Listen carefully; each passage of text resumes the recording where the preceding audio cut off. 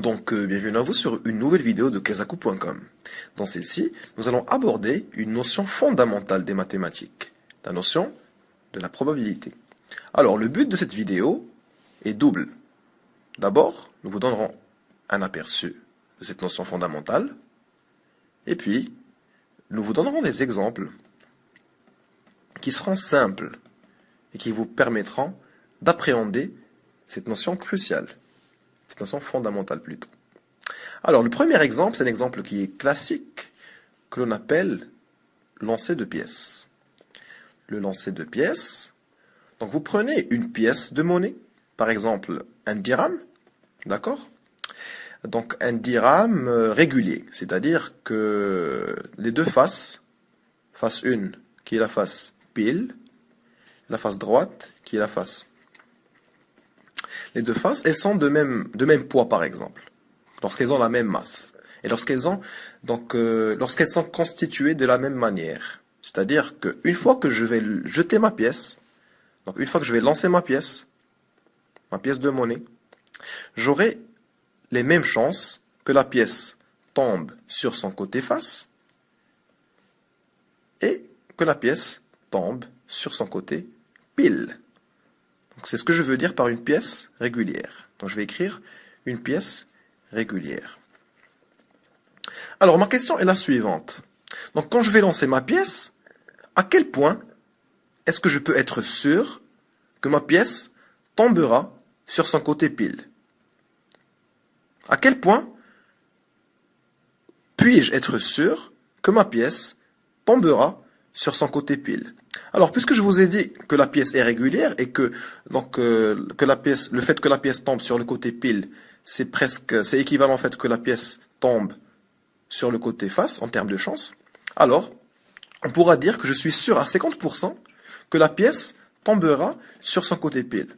Alors, ce chiffre-là, qui est 50%, que je peux convertir mathématiquement à 1/2, il me représente la probabilité, que je vais noter grand P, d'accord, que ma pièce tombe sur son côté pile. Et bien sûr, cette même probabilité qui est 1/2, c'est la probabilité que la pièce tombe sur son côté face. Donc, puisque la pièce est régulière, la probabilité que la pièce tombe sur son côté face, il est égal à la probabilité que la pièce tombe sur son côté pile. Alors, pour théoriser un peu la chose, donc si on prend une expérience, grand E, d'accord, par exemple, lancer deux pièces, et si on prend un événement, grand A, donc pièce tombe sur côté pile, alors le fait que la pièce tombe sur le côté pile, on l'appelle un événement. Donc c'est un cas particulier de mon expérience. L'expérience, c'est le cadre de tous les événements possibles. D'accord? Alors la probabilité, qui est notée grand P, que A se produise, on la note P de A, à quoi est-ce qu'elle est égale? Elle est égale au nombre de cas favorables à A, divisé, je vais diviser comme ça, sur le nombre total de tous les cas. De l'expérience E. Alors, mathématiquement, pour être un petit peu plus rigoureux, on va noter cardinal de grand A sur cardinal de oméga. En fait, oméga, je ne l'ai pas mentionné ici. Oméga, c'est ce qu'on appelle espace des probabilités. C'est-à-dire que c'est l'ensemble qui regroupe tous les cas possibles. Souvenez-vous-en, très très bien. Alors P de A est égal à cardinal de A sur cardinal de oméga. C'est égal au nombre de cas favorables à grand A sur le nombre total de tous les cas. Alors si on applique cette formule à ma pièce, donc probabilité que ma pièce tombe sur son côté face, nombre de cas favorables à ce qu'elle tombe sur le côté face. Il n'y a qu'un seul cas. En fait, j'ai deux cas, j'ai pile ou bien face. Soit pile, soit face. Et donc le nombre de cas favorables au côté face, il n'y en a qu'un seul, divisé par le nombre total de tous les cas. Combien j'ai de cas? J'ai le cas pile et j'ai le cas face. Je n'ai que deux cas. Et donc P de face est égal à 1 demi, on l'a calculé mathématiquement.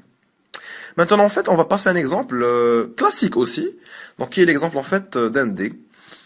Donc imaginez un dé, d'accord? On va le dessiner de manière plutôt basique. Un petit dé de la sorte, comme ça. Un dé qui a 6 faces en fait. Un dé qui a 6 faces. Et bien sûr, imaginez que sur chaque face, il y a un nombre de 1 jusqu'à 6. C'est-à-dire une face où il y a 2, une face où il y a 1, une face où il y a 3 points. D'accord? Une face où il y a 4 points, et ainsi de suite. Alors ma question maintenant est la suivante. Imaginez que je vais lancer mon dé. Imaginez que je vais lancer mon dé. Alors quelle est la probabilité que j'obtienne 1? Quelle est la probabilité que j'obtienne 1? Alors d'après la formule que l'on vient de voir tout à l'heure, donc c'est égal au nombre de cas favorables, à 1 sur le nombre total de tous les cas. De tous les cas. J'utilise ici un symbole donc, qui ressemble un peu à la dièse. Donc il signifie le nombre. D'accord, le nombre. Ce symbole il signifie nombre. Donc nombre favorable à 1 sur nombre total de tous les cas. Alors, P de 1 d'après cette formule, combien j'ai de cas favorables à 1 lorsque je vais jeter mon dé? J'en ai qu'un seul. Et combien j'ai de cas en tout? J'ai 6 faces, et donc j'ai 6 cas. Oui, Jessica. Comme le prénom américain de Jessica. Non mais sérieusement, P de 1 est égal à 1 sixième. Et P de 1 en fait est égal à P de 2, est égal à P de 3, est égal à P de 4, P de 5 et P de 6. On dit que l'événement de lancer d'un dé est équiprobable. On ne va pas s'attarder là-dessus, puisque c'est une introduction. Donc on va faire un deuxième exemple. Quelle est la probabilité que j'obtienne 3 ou 5? P, 3 ou 5. Imaginez, je peux avoir 3 ou bien je peux avoir 5. Donc j'ai une face où il y a 3 et j'ai une autre face où il y a 5. C'est-à-dire que j'ai deux cas qui sont favorables à 3 ou à 5. Mon nombre total de cas, il est toujours égal à 6 et donc j'obtiens P de 3 ou 5 est égal à 1 tiers. N'est-ce pas facile? Alors un dernier exemple pour conclure cette vidéo. Donc quelle est la probabilité d'obtenir un nombre pair lorsque je vais jeter mon dé, lorsque je vais lancer mon dé? Donc je rappelle que mon dé, il admet 6 faces. Quelle est la probabilité d'obtenir un nombre pair? Alors, la probabilité, à quoi est-ce qu'elle est égale? Au nombre de cas favorables, donc le nombre de cas favorables à un nombre pair, sur le nombre total de tous les cas. Nombre total de tous les cas, comme on a vu il y a quelques instants. Alors, à quoi est-ce que c'est égal? Le nombre de cas favorables pour avoir un nombre pair, on va tout simplement compter combien de nombres pairs est-ce qu'on a sur les faces. Alors on a le nombre 2, on a le nombre 4 et on a le nombre 6. Du coup, on a 1, 2, puis 3 cas favorables à un nombre pair.